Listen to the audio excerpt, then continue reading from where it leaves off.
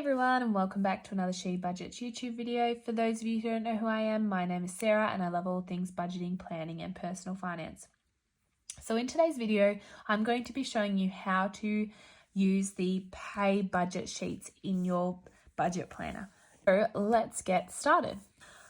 Okay, so the pay budget sheets in the signature go over 2 pages. If you are using a compact, it is just on the 1 page. I'll quickly show you that. But it's exactly the same layout, just in a smaller form. Where is the page here? So as you can see, same thing, income, fixed expenses, variable expenses, sinking funds, blank box. Same with this.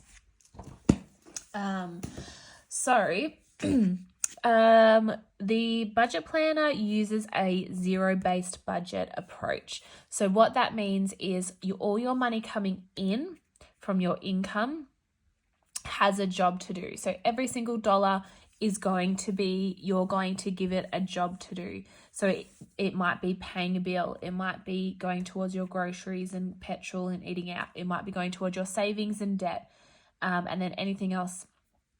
So at the end, you're going to be left with $0 because you've accounted all your money coming in, something to do.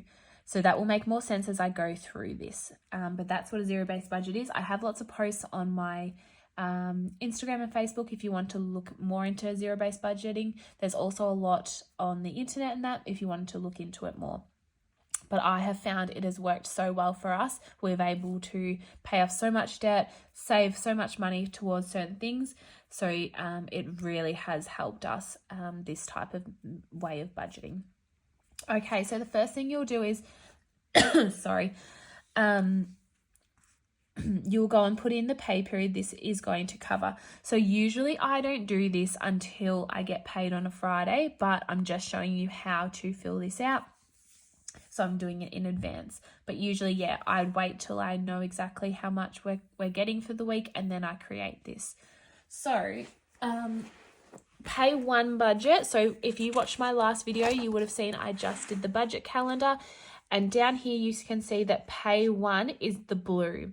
So from the 3rd of January to the 9th of January. So that's my pay period that this is going to cover.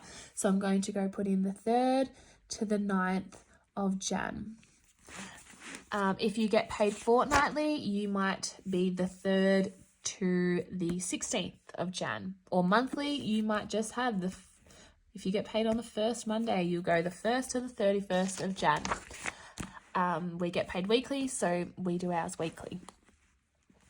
And then what I'll do is I'll go and put in our income. So I'm just, because this is in January, I'm just going to sort of make up the numbers today. I'll just say, so Cohen, I know he usually gets around 1,700, we'll just say that. And I get 1,000, I work part-time. So 2,700. I probably should have got my calculator for this. Let me quickly go and grab my calculator. Okay, sorry about that. I just went and grabbed my calculator.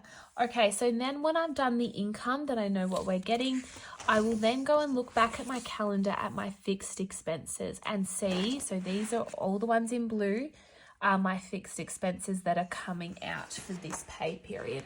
So on the 3rd, so my first one is the cleaner here for 100 on the 3rd. So I'll just go put in cleaner.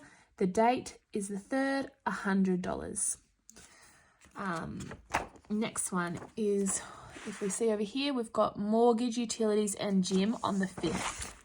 So mortgage on the 5th, 608. Utilities on the 5th, 150.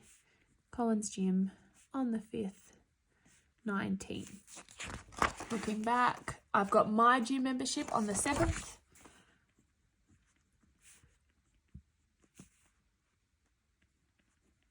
$56. Over here on the 8th, I've got Apple and swimming. So Apple, the 8th, that was $4. And then I have swimming on the 8th, and that was, what's that, 93. And then lastly, the last one is on the 9th. I have Spotify for 21. So Spotify on the 9th, 21. What I also like to do is, so we have all of our bills, like expenses, coming out of the one account. Because I do a zero-based budget, I like to make sure that I have a bit of money in there in case I have forgotten to budget for a bill or expense, and that happens a little bit. So I always make sure I have a bit of a buffer in that account, and I like to have around $200 in there, but I'm just going to add $20 to it. I usually add about $20 a week to it, and it usually stays around the $100-200 mark.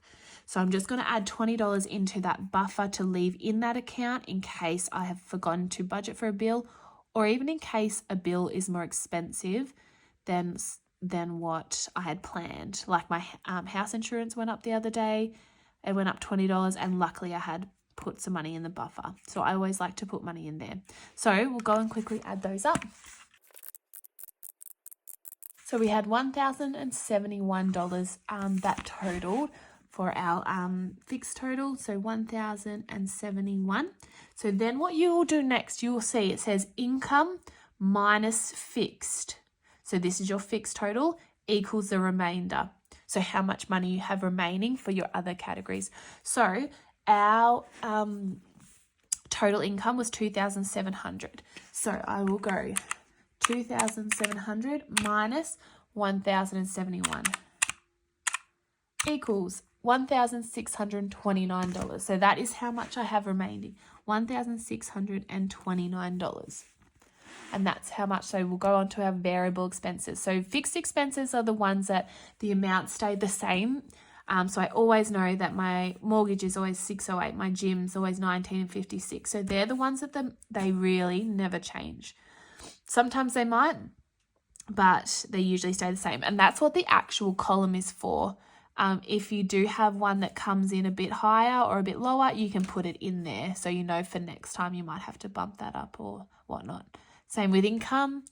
There's an actual column as well for that in case you do get more or less. So moving on to our variable expenses. So you can choose whatever works for you in this section. I do groceries, eating out. So that includes like takeaway, restaurants, coffees, anything like that. Car, petrol and car parking and whatnot. Teddy, that's our boys. Sunny, Cohen, and myself. So we get a little bit of splurge money each week for ourselves to spend on whatever we would like. And then I also have a buffer as well. We have our variable expenses in a separate bank account. So I like to keep a little bit of a buffer in there just in case we go over our groceries or petrol or something like that. So for groceries, we're going to budget $320 a week. For eating out, we're going to budget $50 a week. So to get these amounts, I've been budgeting for a while, so I kind of know what we can stick to. But if you're new to budgeting and just starting, this is where get a bank statement, get a highlighter, and then go and add up for your month or for a week how much you're spending on groceries. And then it will give you a rough idea of how much to budget. So if maybe you're spending $350 a week, consistently $350 a week, that would be your budget. Maybe some weeks you're spending $200, some weeks you're spending $280, maybe you're going to do $250, meet in the middle. You can always change this. I sometimes go over and I have to bump it up. So you will find out, just get your bank statements, see how much you've been spending on groceries or eating out and even petrol. And then you'll know how much to budget for these. So for car, we budget $125 a week.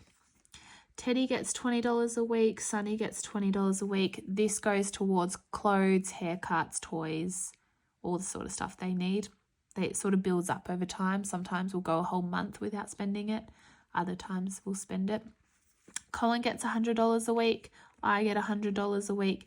And then we put in $20 into this buffer just to make sure if we do go over, we have some there. So let's add these up. So it came to $755. So that is your variable total down the bottom. And then what we do is you have your remainder minus your variable. So over here we had our remainder. It was $16.29. So $16.29 take away the variable $755 equals $874. So that's how much we have to work with when we move on to our sinking funds.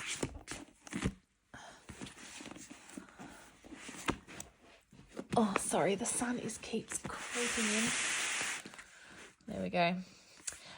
So moving on to our sinking funds. So if you don't know what sinking funds are, I do a video in the previous ones about setting up my budget planner, what sinking funds are. I also have a lot of information on my Instagram and Facebook if you wanted to look there. But sinking funds are like small savings goals that you put a certain amount into each pay period to save up for something by a certain date. Or it might not even have a date. You just save up for it for an occasion. So the sinking funds that we have and that are important to us, we have the boys' birthday. So their boys' birthdays are in June, July, so they're close. So we save up for those. And we put $20 into that each week. So this is weekly for us. So if you might be fortnightly, monthly, so your amount would change. Next we have Christmas. We save up for Christmas. We put in $40 a week into that one. We have holidays. We value holidays. We always try and go away in our van. We put in $100 each week into that one. Next we have gifts. We put $40 into gifts each week. So that covers all our friends, families' birthdays, any like if we get invited to a baby shower or a wedding or anything like that, that's what it comes out of. Next we have medical, so anything health related, $40 out of that one. Next is car rego, so for our registrations. They're quite expensive. They're like, I think, $1,500 a year. So instead of trying to find that money when they're due, we put $25 away a week for that. And we don't have to think about it when the bill comes because we have the money saved up for it. Next, we have car service. This one, we never would save enough for our car service and new tyres. So we've had to up that to $75 a week, and we're finding that has been a good amount for us. Sorry, I'm just trying to get comfortable. I lay on the floor. I do this on the floor and it gets quite uncomfortable. So next we have, I can't even remember what we do next. Sorry, I'll have to look. We have house. So anything, it's usually like anything, like if Colin needs like weed sprayer or I don't know, we need new tea towels or something, it comes out of this one. So $20 into that one. Next we have family fun. So if we want to go to the zoo for the day or anything like that, comes out of this account. We have events. So if we have an event that comes up, we need to pay for tickets for something or whatnot, comes out of this account. Union fees, Cohen has to pay these. That's $20 into that one.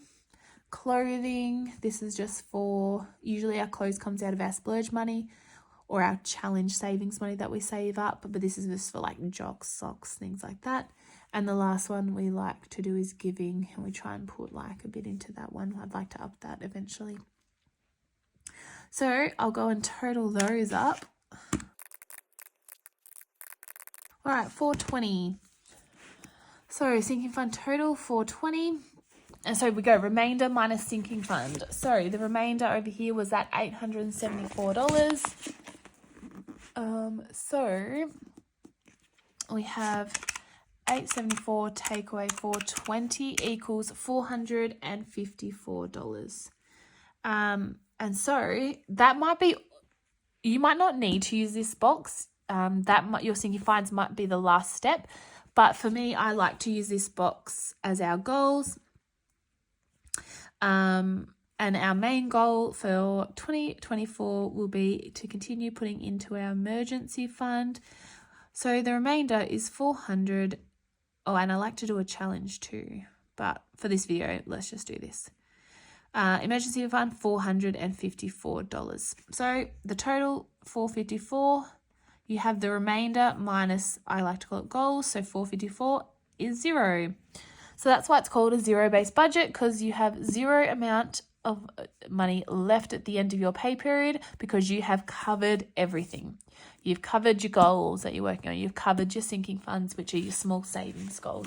You've covered all your variable expenses, so the things that you need to live. And you've covered all your bills, all your debt in your fixed expenses. So that's why it's called a zero-based budget, because you're left with $0. So that is how you fill it out. So I'll just open this back up. That is how you fill out the pay budget sheets each week. So for the month of January, I need 4 of them. So I have 1, 2, 3, 4. This one will go into February. So I'll be using 1, 2, 3, 4 paid for budget. There are 5 in here because some months there might be an extra week where you might need to use a 5th one. So there are 5 in here.